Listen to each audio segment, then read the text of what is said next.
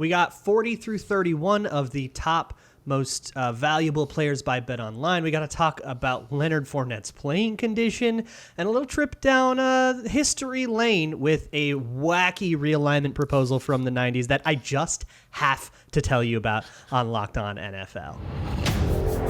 You are Locked On NFL, your daily NFL podcast. Part of the Locked On Podcast Network, your team every day.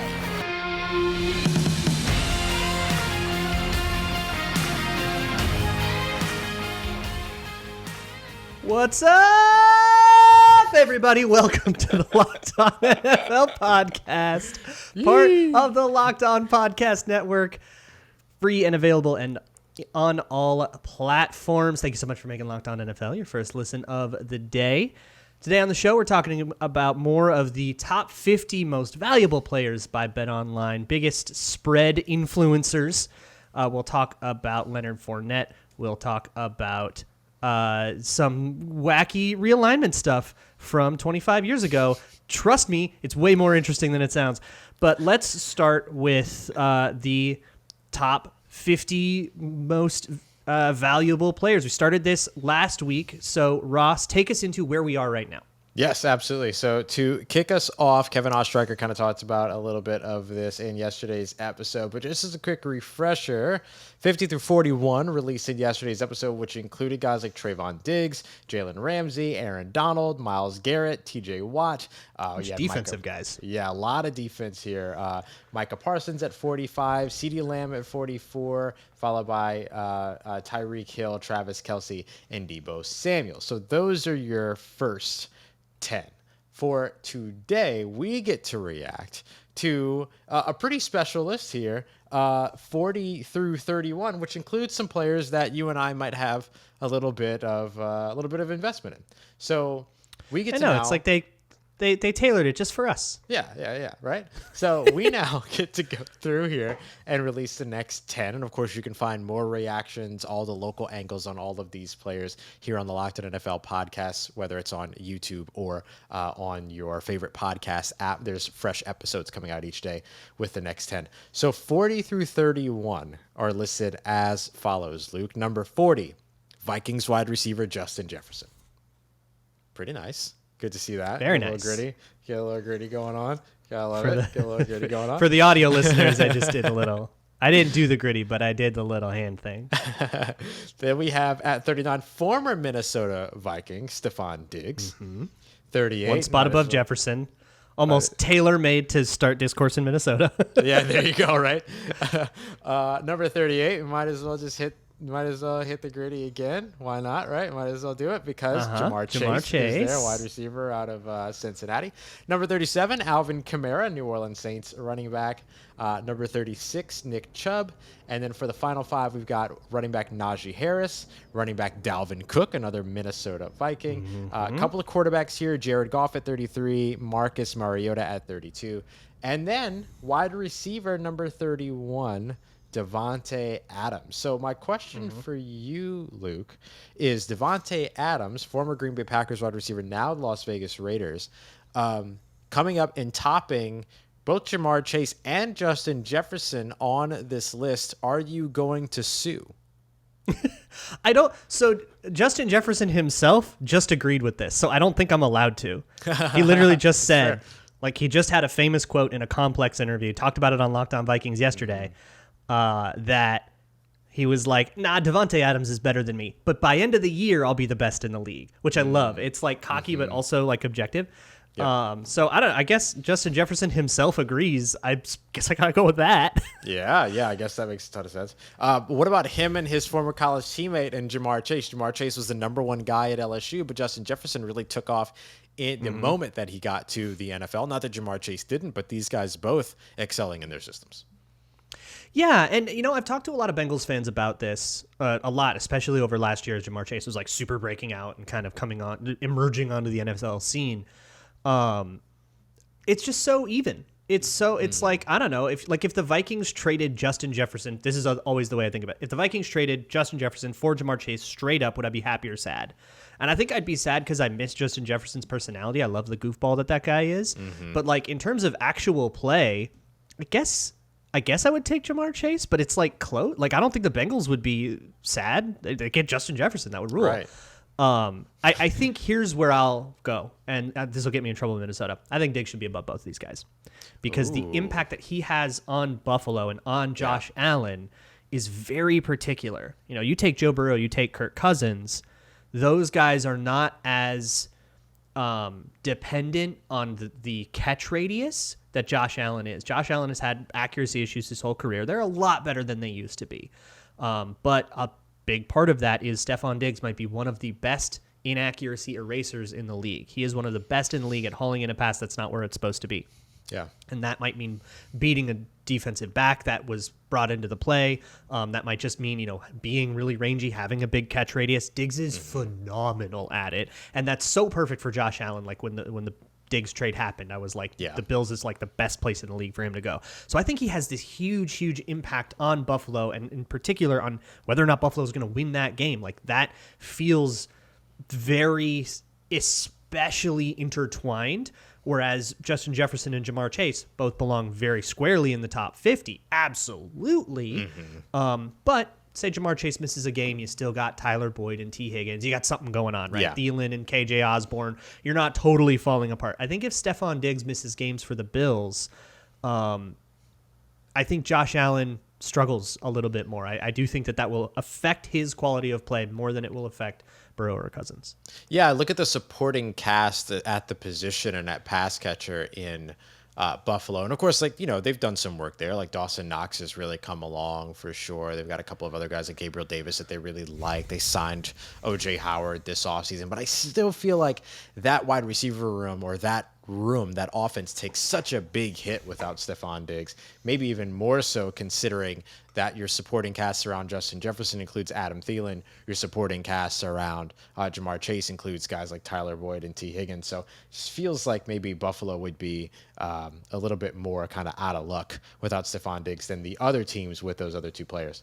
Now, and the other two teams can win a game on the ground if they have to. Like yes. They've done that, and the Bills have very famously not had that. I have a question for you, though, Ross.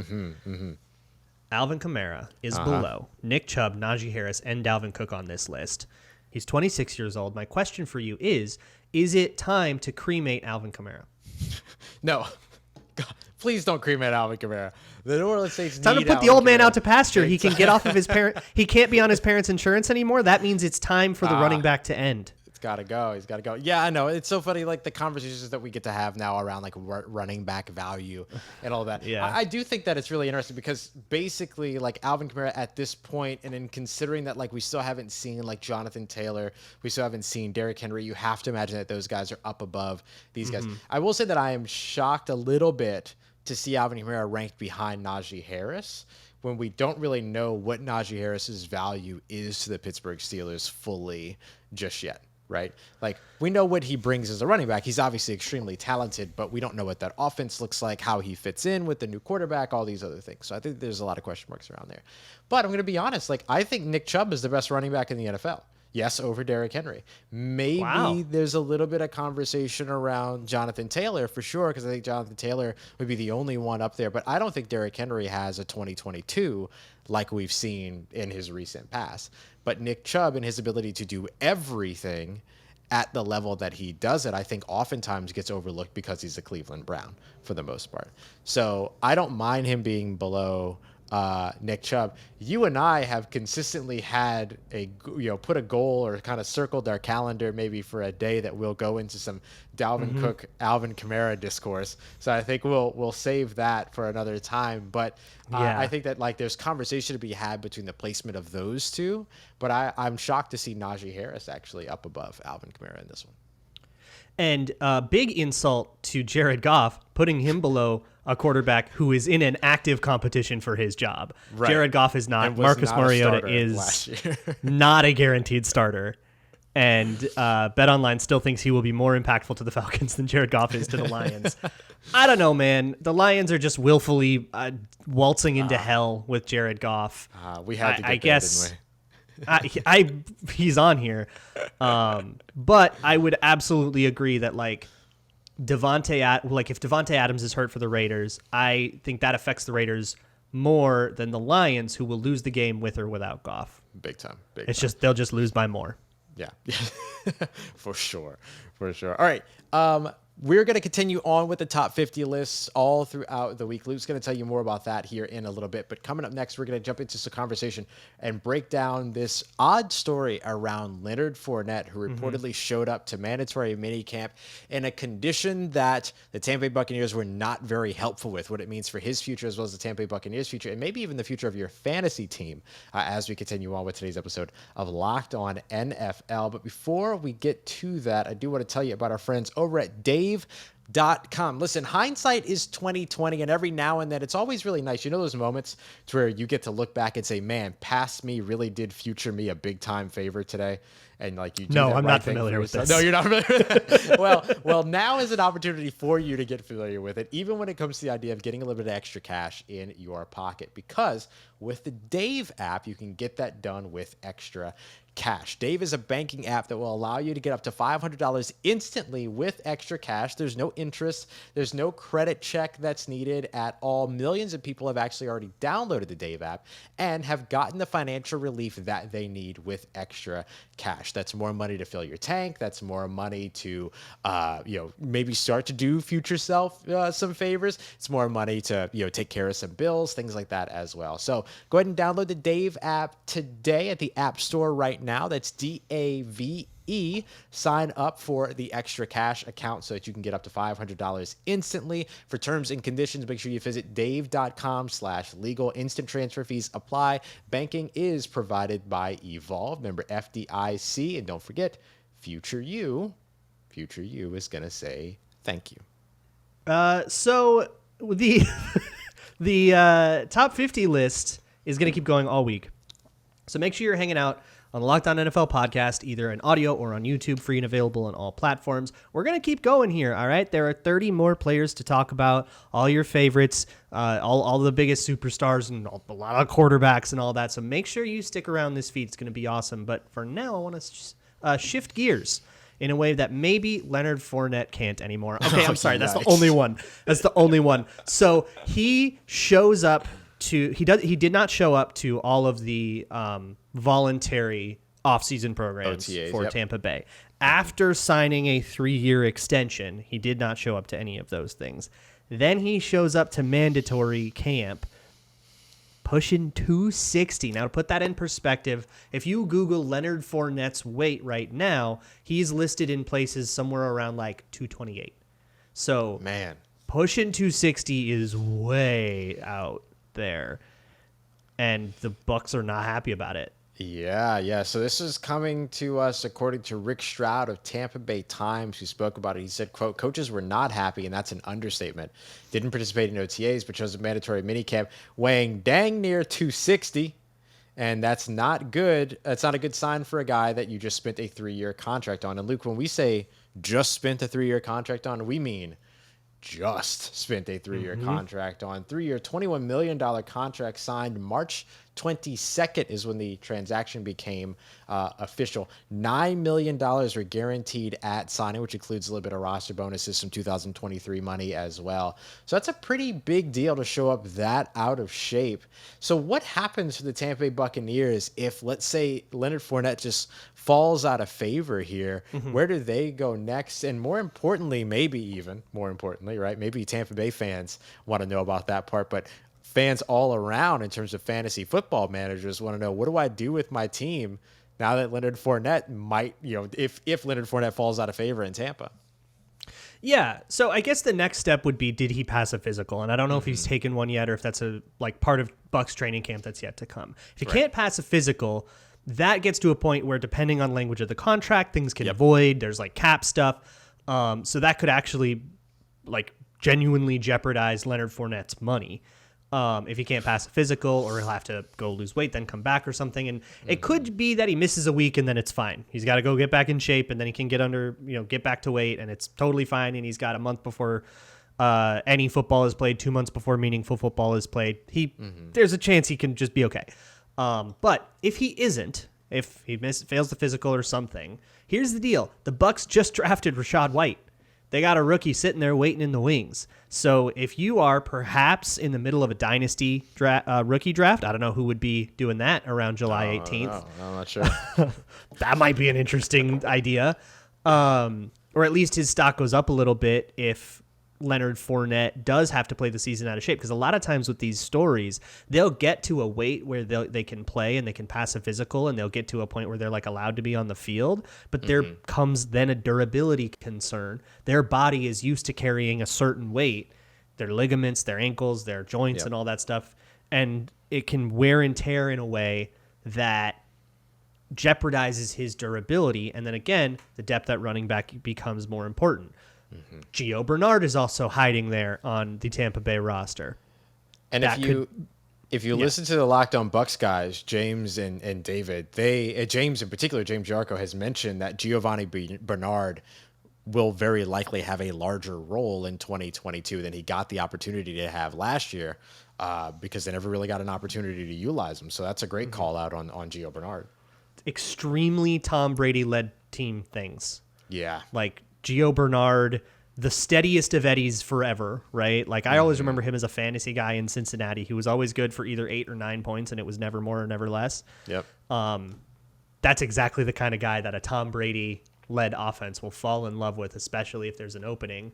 But you can't count out the rook. You can't count out Keyshawn Vaughn, who had a little bit of a moment in the sun last year. So that's the thing for Leonard Fournette, is not only is this a really big threat to his place on the Bucs, but there's a lot of people behind him that you could go into a season with those three being your committee, White, Vaughn, and Bernard, and you could feel totally fine about that, especially with Tom Brady. I mean, it looks exactly like one of those old Tom Brady. They even got a White, like James White. Like they've even got. Yeah, that's exactly what I was thinking. Yeah, like and Rachaad White has that type of versatility too. 182 carries for 1,000 yards and 15 rushing touchdowns with the Sun Devils last year, but also had 43 catches for 465 yards, averaged 10.6 yards per catch. He was definitely somebody that gets utilized in the passing game, and I think will be a great fit with Tom Brady.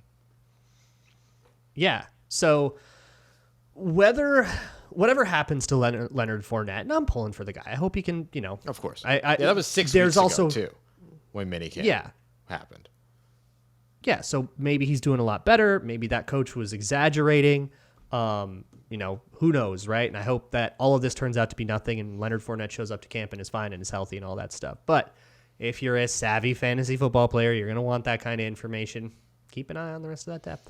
Yeah, and it's worth watching, because just because Leonard Fournette falls out of favor doesn't necessarily mean that he ends up off the team, and it could impact the way that if your favorite team is the Tampa Bay Buccaneers, just simply the types of decisions that they make and what they do in 2022 from a game plan perspective. How do they utilize Leonard Fournette? Do they feel comfortable utilizing Fournette? All of these other things. So lots to watch out for there. Safe to say Leonard Fournette will not be popping up on the top 50 players list as another running back above guys like Dalvin Cook and Alvin Kamara and others.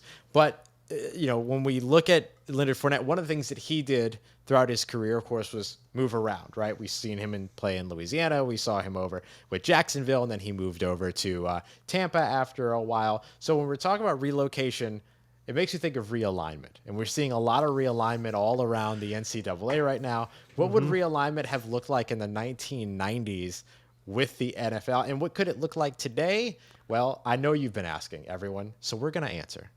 We're going to answer. And Luca's going to be talking about that here in I'm so excited for this. To break it all down. I am too. This is such a buck wild thing. So we'll break all of that down in Denny Green's lunacy here in just a moment. But first off, I want to tell you about our friends over at Built Bar, the best tasty protein bars on the market. You've heard about the Built Puffs. You've heard about the coconut brownie chunk. Well, what if I told you they put them together and they made a coconut brownie chunk puff bar? Yeah, are you already sprinting to built.com? You should be. All you have to do is go and check out the website today so that you can get in on that coconut chocolatey, brownie deliciousness with the marshmallow. It's the center. textures too. Oh, it's that chunky so with the good. fluffy. It's Yes. insane. Oh, covered in 100% chocolate on top of that too. It's all so good. So make sure you go and check out the coconut brownie chunk bar before that ends up going away. The puff bar before that ends up going away. All of the puff bars even have built granola now. And of course, all the standard protein bars that are also all covered in 100% chocolate, but still only 4 or 5 grams of sugar to 17, 18 grams of protein. This is the protein bar that tastes like a candy bar. The best tasting protein bar on the market. Trust me, Luke and I have gone and tried every single protein bar out there. Every single one. And It took weeks. Weeks. But Built Bar. Locals, we had to drive around the country. Yep. We drove to England. It was wild. We did a whole lot of things. We drove to England. And this is getting away from us. That was the Built Bars that helped us do that. So go and check out built.com today. Don't drive to England.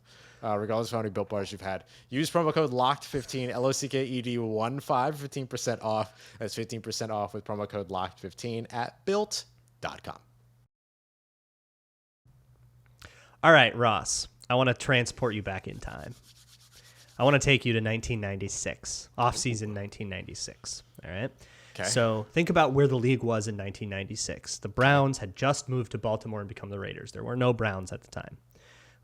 There were 30 teams because the Ravens. Did I say Raiders? There were 30 teams in the league. There were no teams in Los Angeles. The Raiders were in Oakland. The Rams were in St. Louis.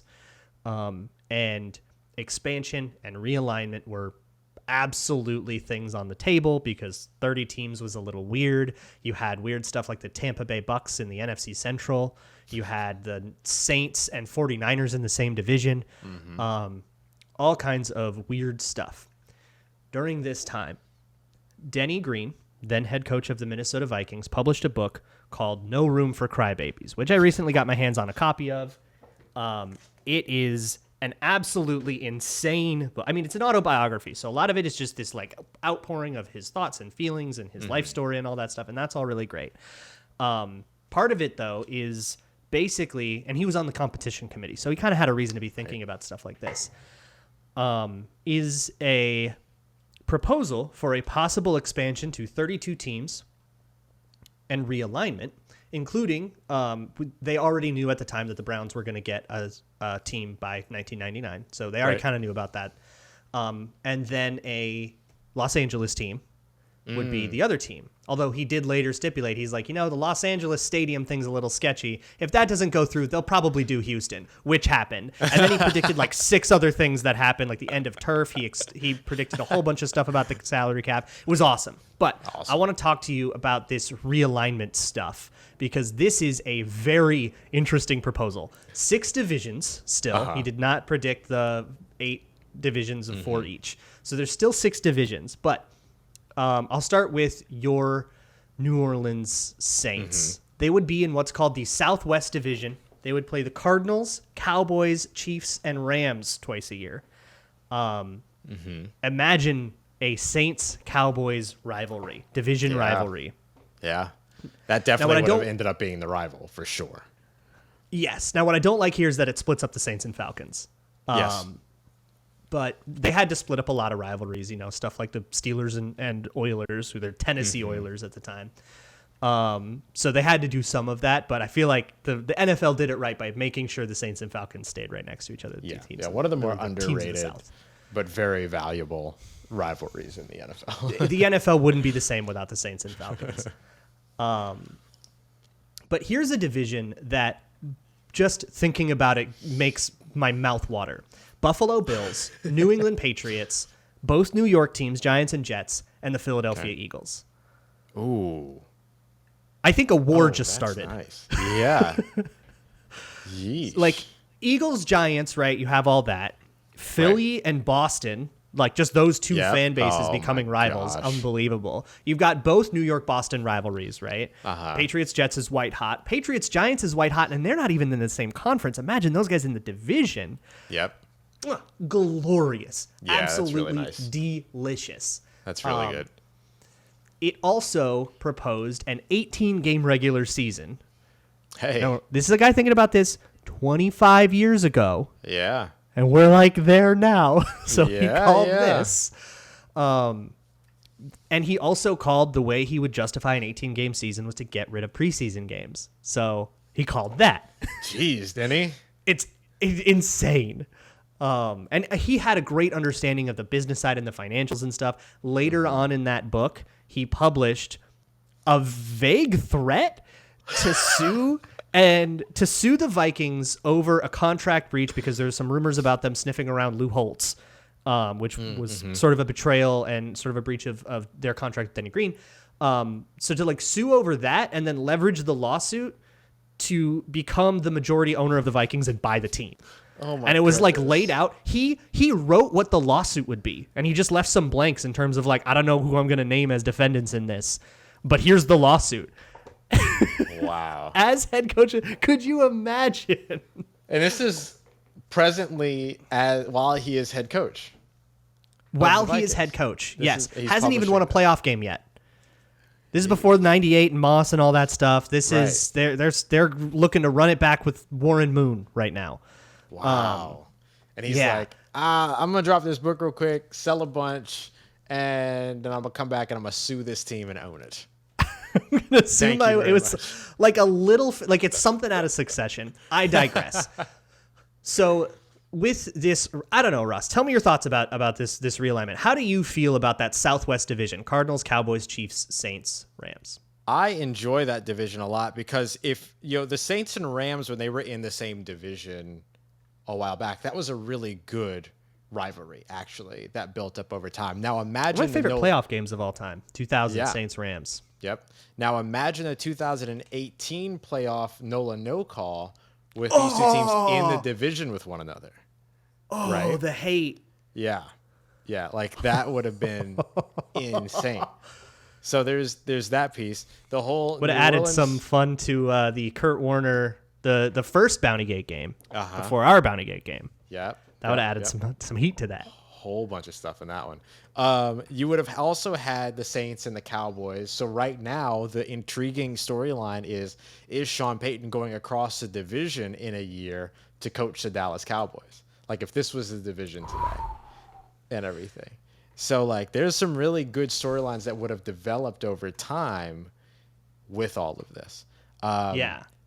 Kansas City in the same division. What I really love with this is Dak That would have been so hot in Prescott. 2018. Oh, 100%. Like Dak Prescott and Patrick Mahomes in the same division with one Yeah. another. Awesome. Add Kyler Murray to that. Awesome. So really, really good young quarterback play. You would have had Drew Brees in 2018, and then Jared Goff would have been in there too.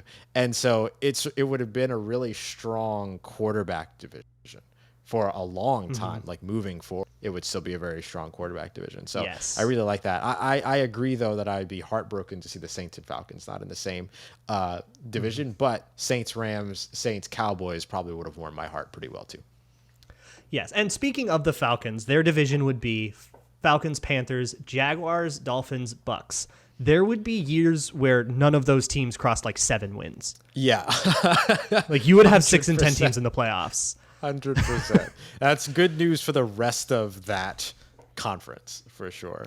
So here's the other interesting thing about this. And I bring this up because I think it's a distinct possibility in the not so distant future of the NFL. And he predicted a whole bunch of other stuff. But in this, his proposal includes a 16-team playoff format, NBA style, no bye weeks. Not NBA wildcard play-in stuff like what they do now, but like clean 16 teams, 4 division winners, 4 wild cards, not unlike what happened in 82, the strike year. That's basically what they did. Right. No more buys, more playoff teams. I know we're still not quite sold on that 7th seed. How about an 8th?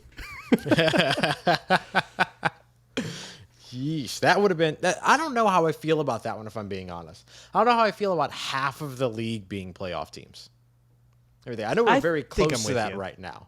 I know we're very close to that right now. But there's still a little bit of a an exclusivity as 14 teams Prestige. do make the playoff. Yeah, and 18 don't, So I still like the idea of it being a little bit less weighted to where more teams don't make the playoffs than do. I don't know that I would like it as much if half the league made it into the playoffs.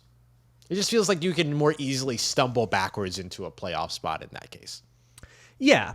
So here's where I'm at. I think I'm with you that like a playoff appearance doesn't mean much in the NBA. Like, ooh, you were the 10th seed and you lost a play-in. Good job. Right. And so it would take some of the meaning away from that. I might be okay with that because there probably shouldn't have been any meaning in, a playoff appearance that was a one and done anyways, unless you're a team like, Jacksonville that's just like dying to get back to some sort of like stability. But here's where I'm at. You would have absolutely hilarious 1 versus 8 matchups. And like once in a blue moon, an 8 seed would upset a 1 seed and it would be like hockey. Yeah. And that would, some Titan gets upended by like Kirk Cousins. Come on. That would be amazing. Everybody would love how hilarious that is. And it would be Kirk Cousins and the Vikings topple Matt Stafford and the Rams on their way to a Aaron Rodgers and the repeat. Packers. Or Aaron Rodgers and it's the what Packers they fear. in the division. Yes. There you go. If you talk to like Peter Bukowski at Locked On Packers or any Packers fans down the stretch of last year, the last thing they wanted was to be the 2nd seed and for the Vikings to be the 7th seed because Kirk Cousins chaos. They knew that like, that would be such a weird matchup. And I don't know, we might get upset. They were so scared. They were like, weren't even afraid to admit it. I love that kind of thing. Yeah. And I love the idea of an underdog story, right? Like how many more Eli Mannings could you generate? That kind of thing. Right. But I think for me, the main thing is I love wild card weekend so much. Give me more. I just love playoff football. I'll take more games. I don't care if they're 1 versus 8 and it's a blowout. Give me more playoff games. Yeah, that's fair. You do love more football. Always more football. And always more episodes of Locked On NFL every Monday through Friday. This was great. This was fun to talk through some random expansion stuff. Can't wait to see what else Denny Green gets right. Everything. Yeah, the Los Angeles Mustangs were the expansion franchise, by the way. Close enough. Rams, Mustangs, they're four-legged animals. I don't know. Anyway, really, really good stuff today. We're looking forward to the rest of the Top 50 episode coming out on Wednesday.